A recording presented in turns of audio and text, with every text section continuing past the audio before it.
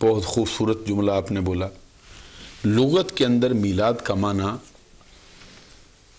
پیدائش کا وقت ٹھیک یا پیدائش کی جگہ. ٹھیک. اگر پیدائش کی جگہ ہو تو ظرف مکان. ٹھیک. اگر پیدائش کا وقت ہو تو ظرف زمان. زمان. واہ واہ. تو عرف کے اندر اس کا معنی تو پیدائش مبارک. ٹھیک. میں کہتا ہوں بے سیرت مصطفیٰ پر آج تک جتنی کتابیں لکھی گئی، ٹھیک، عربی میں ہوں، اردو میں ہوں، فارسی میں ہوں، انگریزی زبان میں ہوں، دنیا کی کسی زبان کے اندر بھی لکھی گئی ہوں، سیرت مصطفیٰ کی کوئی ایک کتاب کسی بھی شخص کی لکھی گئی ہو اس وقت تک مکمل کتاب نہیں کہلا سکتی جب تک اس میں نبی اکرم صلی اللہ علیہ وسلم کی پیدائش کا ذکر نہ ہو. اللہ.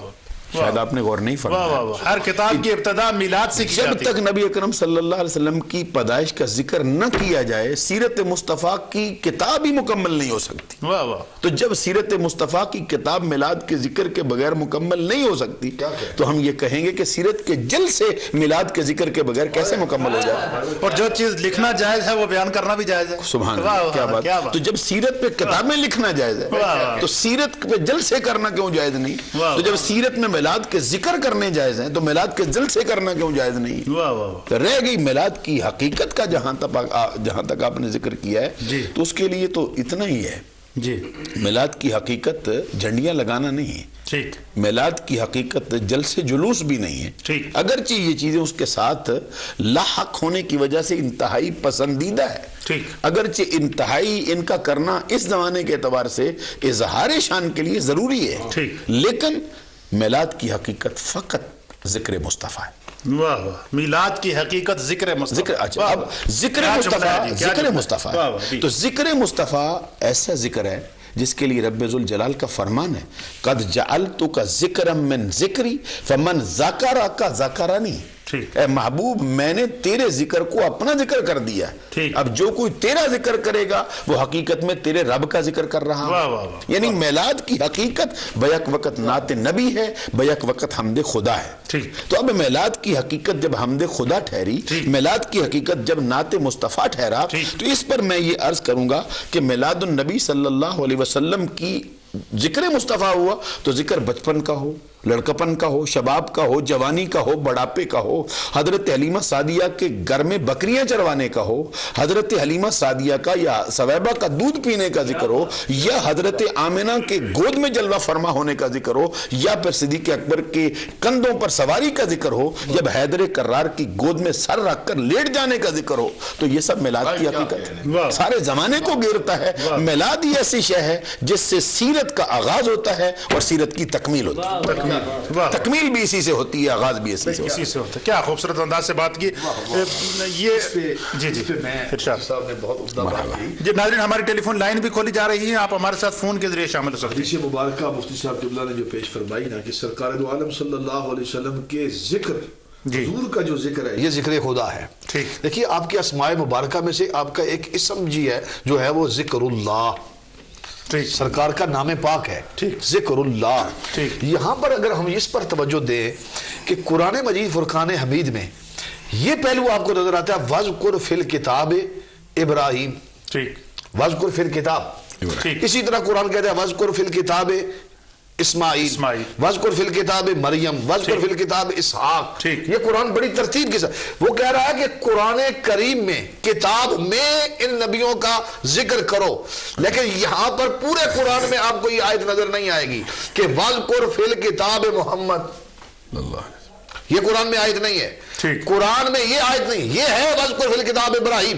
اور نبیوں کے جو ذکر کو قرآن کے ساتھ جوڑ دیا لیکن سرکار کا نام لے کر اس طرح نہیں کہا. کیوں؟ مفتی صاحب نے جس طرف اشارہ فرمایا کہ اے پیارے تیرا وجود ہی میرا ذکر ہے، تیرا ذکر ہی میرا ذکر ہے، تیرا نام ہی میرا نام ہے. محمد اس کے مادہ اشتقاق کے اندر بھی آپ جانتے ہیں وہ حمد ہے، وہ حمد ہے، وہ آغاز ہے، نقطہ اول ہے. حضور سید عالم صلی اللہ علیہ وسلم کا جب ذکر کرتے وہ اصلاً اللہ کا ذکر ہے، اللہ کا ذکر ہی محمد کا ذکر ہے، اللہ کا ذکر ہی محمد کا ذکر ہے. جب نبی پاک صلی اللہ علیہ وسلم کا ذکر کرتے ہیں مفتی صاحب تو اہل سنت و جماعت کا یہ شعار ہے کہ حضور کی یاد میں محافل کا انعقاد کیا جاتا ہے. جلوسوں کا اہتمام کیا جاتا ہے، جلسوں کا اہتمام کیا جاتا ہے، مساجد کے اندر اجتماعات کا اہتمام کیا جاتا ہے، ان محافل میلاد کے جو فوائد ہیں یا ان کے انعقاد کے جو فوائد ہیں یہ کیا ہیں؟ ماشاءاللہ، مرحبا، بہت خوب بات کی ہے آپ نے، اور موضوع کے عین مطابق اب آپ کی جو بات ہوئی ہے اس پر میں یہ عرض کرنا چاہتا ہوں، اس کے دینی، دنیاوی اور اخروی ہر اعتبار سے فائدے۔ پہلا فائدہ یہ ہے کہ اللہ تبارک و تعالی اپنی نعمت کے ذکر کے بیان کو چاہتا ہے۔ ٹھیک، پہلا مسئلہ جو میں نے عرض کیا، اللہ تبارک و تعالی اپنی نعمت کے بیان کے ذکر کو اپنی نعمت چاہتا ہے، مطلوب ہے۔ یہ فرمایا وَأَمَّا بِنِعْمَتِ رَبِّكَ فَحَدِّثْ، اپنے رب کی نعمت کا چرچا کر۔ وَذْكُرْ فِي الْكِتَابِ، ایسے ابھی آپ نے آیات سنی، تو ایک یہ جو سورہ آل عمران میں فرمایا وَذْكُرُوا نِعْمَتَ اللَّهِ عَلَيْكُمْ، اللہ تبارک و تعالیٰ کی اس نعمت کو یاد کر جو اس نے خاص طور پہ تم پر فرمائی ہے۔ یہ کم ضمیر کا جو خطاب ہے یہ تمام امت محمدیہ مراد ہے۔ اذ کنتم اعداء، کب فرمائیے؟ جب تم ایک دوسرے کے دشمن تھے۔ فَأَلَّفَ بَيْنَ قُلُوبِكُمْ، اس نعمت نے آ کے کیا کیا ہے؟ تمہاری دشمنی کو دوستی میں تبدیل کیا ہے، تمہاری عداوت کو محبت میں بدل ڈالا ہے، تمہارے عناد کو الفت میں بدل ڈالا ہے۔ فَأَصْبَحْتُمْ بِنِعْمَتِهِ إِخْوَانًا، اس نعمت کی وجہ سے تم ایک دوسرے کے بائی بائی بن گئے ہو۔ وَكُنْتُمْ عَلَى شَفَا حُفْرَةٍ مِّنَ النَّارِ، تمہاری حالت یہ تھی کہ تم دوزخ کے گہرے گڑھے کے کنارے پہ کھڑے۔ فَأَنْقَذَكُم مِّنْهَا، اس نعمت نے تمہیں گرنے سے بچا لیا ہے۔ اب توجہ طلب بات یہ ہے کہ اس مقام پر جس نعمت کا ذکر ہو رہا ہے وہ ہے کون سی؟ اللہ، یہ کوئی غور و فکر کی تو بات نہیں، تو بدیہی امر ہے، یہ بدیہی امر ہے۔ وہ جیسے کہتے ہیں بس سورج سر پہ ہو، پوچھتے بس سورج نکلا ہے کہ نہیں، بندہ بھی بول کے کہے گا مجھے نظر تو نہیں آتا لیکن حرارت بتا رہی ہے۔ آفتاب آمد دلیل آفتاب، خدا اپنا تعارف ہوا بہار کی ہے، یہ نعمت بتا رہی ہے کہ اس میں کسی اور نعمت کا ذکر نہیں، یہ تمام نعمتوں کی جان محمد عربی صلی اللہ علیہ وسلم کی ذات کا تذکرہ ہو رہا ہے۔ قرآن میں جگہ جگہ سورۃ الاعراف میں فرمایا فاذکروا آلاء اللہ لعلکم تفلحون، فاذکروا آلاء اللہ ولا تعصوا فی الارض مفسدین، اللہ کی نعمتوں کا ذکر کر تاکہ دین و دنیا میں کامیاب ہو جائے، اللہ کی نعمت کا ذکر کر تاکہ زمین پہ فساد برپا نہ ہو۔ ٹھیک، اب جو محافل کے انعقاد کی آپ نے بات کی تو اس کے لیے میں یہ عرض کروں گا اللہ تبارک و تعالیٰ کو یہ مقصود ہے کہ اس کی نعمتوں کا شکر ادا ہو۔ ٹھیک، یہ فرمایا وَاشْكُرُوا نِعْمَتَ اللَّهِ إِن كُنتُمْ إِيَّاهُ تَعْبُدُونَ، غور فرمائی اتنے سے جملے پہ اللہ کی نعمت کا شکر کر، ان کنتم ایاہ تعبدون، اگر خاص تم اسی کی عبادت کرتے ہو۔ معنی کیا ہے؟ اگر تو اللہ کو عبادت کے لائق سمجھتا ہے، اگر اللہ کو الہ سمجھتا ہے، معبود جانتا ہے، پھر اس کی نعمت کا شکر ادا کر۔ تو نعمت کو شکر ادا کرنا کیسے ہوتا ہے؟ کنز العمال میں جلد نمبر 3 میں صفحہ نمبر 104 پر حدیث موجود ہے۔ اسی کنز العمال میں جلد نمبر 3 میں صفحہ نمبر 109 پر حدیث موجود ہے۔ ایک مقام پر راوی حضرت قتادہ رضی اللہ تعالیٰ عنہ، وہی قتادہ جن کا میدان بدر کے اندر تیر لگ جانے کی وجہ سے آنکھ کا ڈیلا باہر نکلا تھا اور آقا کونین صلی اللہ علیہ وسلم نے لعاب دہن لگا کے واپس کر دیا تھا۔ دوسرے مقام پر اس کے راوی حضرت نعمان بن بشیر رضی اللہ تعالیٰ عنہ، وہ نعمان بن بشیر جو محب اہل بیت ہیں، اہل بیت کی محبت کی پاداش کی وجہ سے جن کو یزید بدبخت نے معزول کر کے ان کی جگہ پر جو ہے وہ ابن زیاد کو گورنر مقرر کیا تھا، یہی نعمان بن بشیر ہیں جو اہل بیت کا لوٹا پوٹا قافلہ وہاں سے لے کر مدینہ المنورہ پر اپنی نگرانی میں لے کے گئے، اپنی نگرانی میں لے کے گئے تھے اور اپنی ہر شے ان کے لیے صرف کر ڈالی تھی نعمان بن بشیر نے۔ میں یہ حضور نبی اکرم صلی اللہ علیہ وسلم کی حدیث ہے کہ التحدث بنعمت اللہ شکر وترکھا کفر، کسی نعمت کا برملا طور پہ بیان کرنا یہ اللہ کا شکر ہے، اور اس نعمت کو چھپا لینا یہ کفران ہے، یہ جو ہے وہ ناشکری ہے۔ یہ جو محافل کا انعقاد ہے یہ اللہ تبارک و تعالیٰ کی نعمت کے بیان کرنے کا اظہار ہے، اظہار۔ اور اس پر ملتا کیا ہے؟ یہ بڑی مشہور و معروف مطلوب الہی بھی ہے اور مطلوب مصطفیٰ بھی مطلوب۔ اچھا، اس پر کیا ملتا ہے؟ کیا ملتا ہے؟ میں ایک حدیث پیش کرنا چاہوں گا، یہ سنن نسائی میں جلد دوم میں صفحہ نمبر 310 پر حدیث موجود ہے۔ اگر آپ کہیں تو پوری حدیث پڑھ دوں میں، مجھے میرا دل کرتا ہے کالر لیجئے، میں پہنچے تھے۔ بات ہوئی تھی کہ ذکر یہ میلاد النبی کی محافل کے انعقاد سے ہمیں کیا ملتا ہے۔ میں نے دنیاوی کچھ باتیں آپ کی خدمت میں عرض کی، تو اس پر ایک بات یہ بھی میں حدیث پڑھنے سے پہلے عرض کرنا چاہتا ہوں کہ اس وقت روئے زمین پر، یہ جملہ ذرا بہت توجہ سے آپ بھی سماعت فرمائیں گے تاکہ باقی سب کی بھی توجہ ہو، جس پوری دنیا کے اندر تاریخ انسانیت میں، تاریخ اسلام میں جن محافل کی آڑ کے اندر تبلیغ اسلام کا سلسلہ سب سے زیادہ جاری ہے وہ میلاد کی محفل ہے۔ اللہ اکبر، سبحان نے غور فرمایا۔ میں یہ کہنا چاہتا ہوں کہ پوری دنیا کے اندر جن محافل کے اندر اسلام کی تبلیغ کا سلسلہ سب سے زیادہ جاری ہوتا ہے وہ میلاد النبی کی محافل ہے۔ وہ میلاد النبی کی محفل کے اندر ہی بندے کے عادات و اطوار کو درست کیا جاتا ہے، وہاں پہ اس کے اخلاقیات سکھائے جاتے ہیں، وہاں پہ اس کو فحاشی عریانی سے بچنے کے لیے کہا جاتا ہے، پردے کے لیے حکم دیا جاتا ہے، سود سے بچانے کے لیے اس کو نظریات بتائے جاتے ہیں، اس کو برتاؤ بتایا جاتا ہے، والدین کے حقوق کیا ہیں، رشتہ داروں کے حقوق کیا ہیں، عزیز و اقارب کے حقوق کیا ہیں، زمانے کے ساتھ ملنا جلنا کیسے ہے، نبی اکرم صلی اللہ علیہ وسلم نے دشمنوں کو معاف کرنے کا کیا فرمایا ہے، کس طرح سرکار دو جہاں کے ہاں رحم کا جذبہ پایا جاتا ہے۔ یہ تعلیم و تربیت کا ایک سامان جو میلاد النبی کے اندر مہیا کیا جاتا ہے دنیا کی کسی اور محفل کے اندر نہیں ملتا ہے۔ اس لیے ہم یہ کہیں گے کہ جو میلاد النبی کی محفلوں سے بھاگتا ہے وہ حقیقت میں نبی اکرم صلی اللہ علیہ وسلم کے نظریہ تعلیم سے بھاگتا ہے، اور سیرت سے بھاگتا ہے۔ سیرت سے تو بھاگے ہی بھاگے، کیونکہ سیرت کا آغاز ہی میلاد سے ہو رہا ہے۔ میں کہتا ہوں قائد اعظم محمد علی جناح کی زندگی پر کسی نے مضمون لکھنا ہو، ان کی تاریخ پیدائش بھی چھوڑ جاتا ہے، ان کے بچپن کے معاملات بھی چھوڑ دیتا ہے، تو پھر ان کو آگے یونیورسٹی میں آکسفورڈ میں کھڑا کر کے شروع کر دے تو کوئی کہے گا بھئی بقیہ زندگی کدھر گئی؟ اس لیے پیدائش کا ذکر تو ہر حال میں بڑی مزدار جب بات کر رہے تھے نا کہ بھئی جس طرح سیرت کو لکھنا، سیرت میں میلاد کو لکھنا جائز ہے، اس طرح میلاد کو بیان کرنا جائز ہے، تو میرے ذہن میں ایک شعر آیا تھا اس وقت، تو میں نے کہا تھا دیکھو وہ کہتے ہیں نا کہ تمہاری زلف میں پہنچی تو حسن کہلائی، وہ تیر کی جو میرے نامۂ سیاہ میں تھی۔ ہم بیان کریں تو شعر کو اور تم لکھو تو صحیح۔ وہ کہتے ہیں خرد کا نام جنو رکھ دیا، جنو کا خرد، جو چاہے آپ کا حسن کرشمہ ساز کرے، جو چاہے آپ کا حسن کرشمہ ساز کرے۔ تو وہ جو میں حدیث پڑھنے کا ارادہ رکھتا تھا، یہ حدیث سنن نسائی میں ہے، جلد دوم میں ہے، صفحہ نمبر 310 پر ہے۔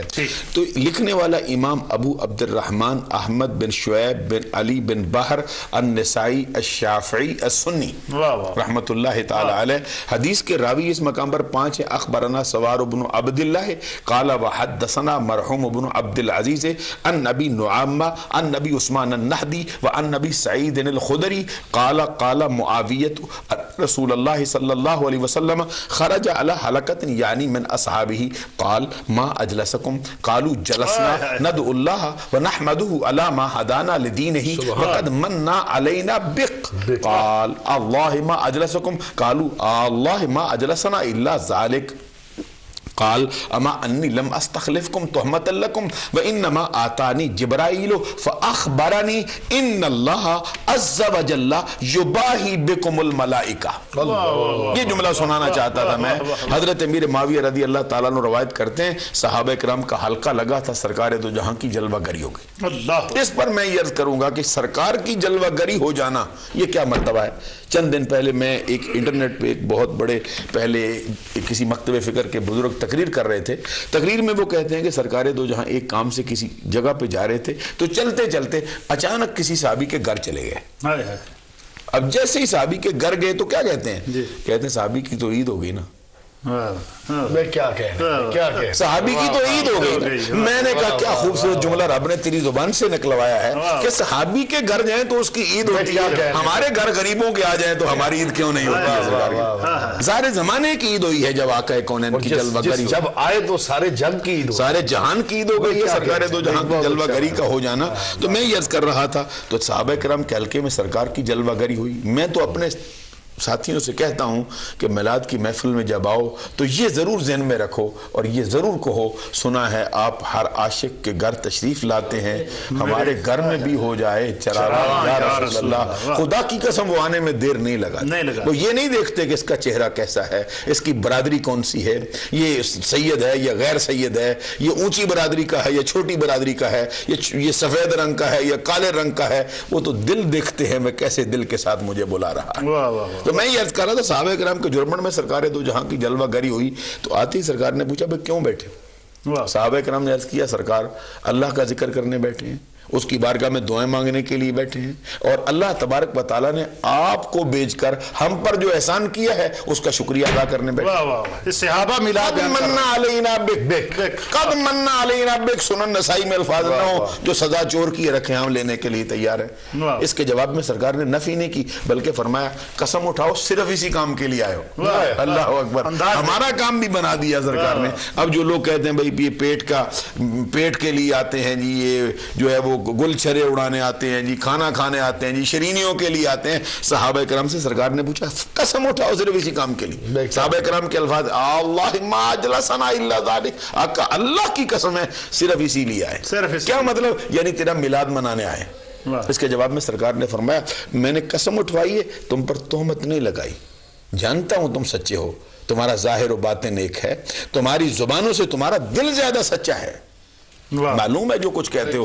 سرکار دو جہاں صلی اللہ علیہ وسلم نے فرمایا قسم اس لیے اٹھوائی ہے کہ ابھی جبرائیل آئے تھے، اخبارنی ان اللہ عز وجل یباہی بکم الملائکہ، ابھی جبرائیل آئے تھے خبر دے کے گئے ہیں یہ جو تیرے دیوانوں نے میلاد کی محفل سجائی ہے اس پر رب اپنی بارگاہ کے حاضرین میں فخر بھی فرماتا ہے، مباحات بھی فرماتا ہے، ناز بھی فرماتا ہے۔ بہت خوبصورت انداز سے اس سے ہمارے وہ لوگ جو نبی پاک صلی اللہ علیہ وسلم کے میلاد کی محافل کے اوپر اعتراضات کرتے ہیں انہیں سنن نسائی کی اس حدیث کے اوپر غور کر کے، بلکہ میں چاہوں گا کہ آپ ابھی سے کتاب سنن نسائی کھول کر اس حدیث کو جیسے مفتی صاحب نے تمام حوالہ جات بیان کیے ہیں اسے پڑھیں اور دیکھیں کہ سنی میلاد کیوں مناتے ہیں اور انہیں میلاد منانے سے کیا ملتا ہے۔ عرش پر بھی خوشی ہوتی ہے، فرش پر بھی خوشی ہوتی ہے، اللہ کے فرشتے بھی اس پر ناز کرتے ہیں، اور اللہ کی گفتگو علامہ مفتی محمد انصر القادری دامت برکاتہم العالیہ کے محافل میلاد کے جو فوائد ہیں وہ بیان کر رہے تھے کہ یہ محافل انسان کی مغفرت کا سبب ہیں، ان محافل کی وجہ سے اللہ کی رحمت برستی ہے، ان محافل کی وجہ سے اللہ پاک جو ہے وہ برکات عطا فرماتا ہے۔ علامہ برکات احمد چشتی صاحب ایم خان صاحب کا سوال تھا اور انہوں نے آپ ہی کی گفتگو سے سوال کیا۔ انہوں نے سوال کیا کہ آپ نے بڑی مزیدار گفتگو کی اور یہ فرمایا کہ سرکار دو عالم صلی اللہ علیہ وسلم جب مکہ پہنچے تو آپ نے وہاں عام امان کا اعلان کر دیا، دشمنوں کو بھی امان عطا فرما دی، جنہوں نے آپ کو ستایا تھا ان کو بھی امان عطا فرما دی۔ تو آج کا جو دور ہے یہ بڑی بے حسی کا دور ہے کہ مسلمان کو بھی امان دینے کے لیے تیار نہیں ہے۔ ان لوگوں کو سیرت مصطفیٰ سے کیا سبق حاصل کرنا چاہیے؟ دیکھیے جناب، جس واقعے کی طرف وہ اشارہ فرما رہے ہیں، سید عالم تاجدار کائنات صلی اللہ علیہ وسلم جب مکہ مشرفہ میں داخل ہوئے اور اس وقت آپ نے کعبہ مشرفہ کے دروازے پر کھڑے ہو کر سرکار نے خطاب فرمایا۔ اب اس کی منظر کشی اس طرح سے ہے کہ یہ کن کو مجدہ جاں فضا سرکار سنا رہے تھے، یہ کون تھے، سامنے کھڑے کون تھے؟ یہ وہی لوگ تھے جو دیوانہ، مجنون، شاعر اور نہ جانے خدا جانے کیا کیا کہتے تھے۔ یہ وہی لوگ تھے جو شیب ابی طالب میں جنہوں نے 3 سال سرکار کا سوشل بائیکاٹ کیا تھا۔ یہ وہی لوگ تھے جو حبشہ جانے والے مسلمانوں کا جنہوں نے تعاقب کیا اور ان کو وہاں بھی چین سے نہ رہنے دیا۔ یہ وہی لوگ تھے جنہوں نے تاجدار کائنات صلی اللہ علیہ وسلم نے جن کے ظلم، جبر، استبداد، بربریت، مکے کی گلیوں میں کس طرح بلال کو گھسیٹا گیا۔ کیا داستان غم ہے، عظیمت ہے۔ سرکار مکہ مشرفہ چھوڑ، یہ وہی لوگ ہیں جو 10,000 کا لشکر لے کر مدینہ منورہ کی ایک چھوٹی سی آبادی پر حملہ آور ہوتے ہیں، مسلمانوں کو صفائے ہستی سے مٹانا چاہتے ہیں۔ لیکن آج جب سرکار پہنچے ہیں فاتح بن کر، طرز حکمرانی تو دیکھیے نا، جب فاتح بن کر پہنچتے ہیں، مجھے وہ لفظ یاد آ گیا جو پہلے میں نے بات بیان کی تھی، تو حضرت ابو سفیان نے یہ جملہ بھی کہا تھا اس موقع پر، یہ جملہ بھی کہا تھا حضرت عباس کو متوجہ ہو کر کہ یار، کہنے لگے کہ یہ کیسی عظیم بادشاہی ہے، یہ لفظ کہے تھے انہوں نے، یہ کیسی عظیم بادشاہی ہے، شان و شکو دیکھا نا، تو حضرت عباس نے کہا یہ بادشاہی نہیں ہے، یہ نبوت ہے، یہ شان نبوت ہے۔ لیکن سرکار جب وہاں پر کھڑے ہو کر سرکار نے یہ جملہ فرمایا، بتاؤ، حضور فرماتے ہیں اے قریش مجھے یہ بتاؤ کہ آج کے دن میں تمہارے ساتھ کیا سلوک کرنے والا ہوں، میں کیا سلوک کرنے والا ہوں۔ سب نے مل کر جو جملہ کہا، انہوں نے کہا نظن خیرن، ہمارا گمان یہ ہے کہ آپ خیر ہی کریں گے۔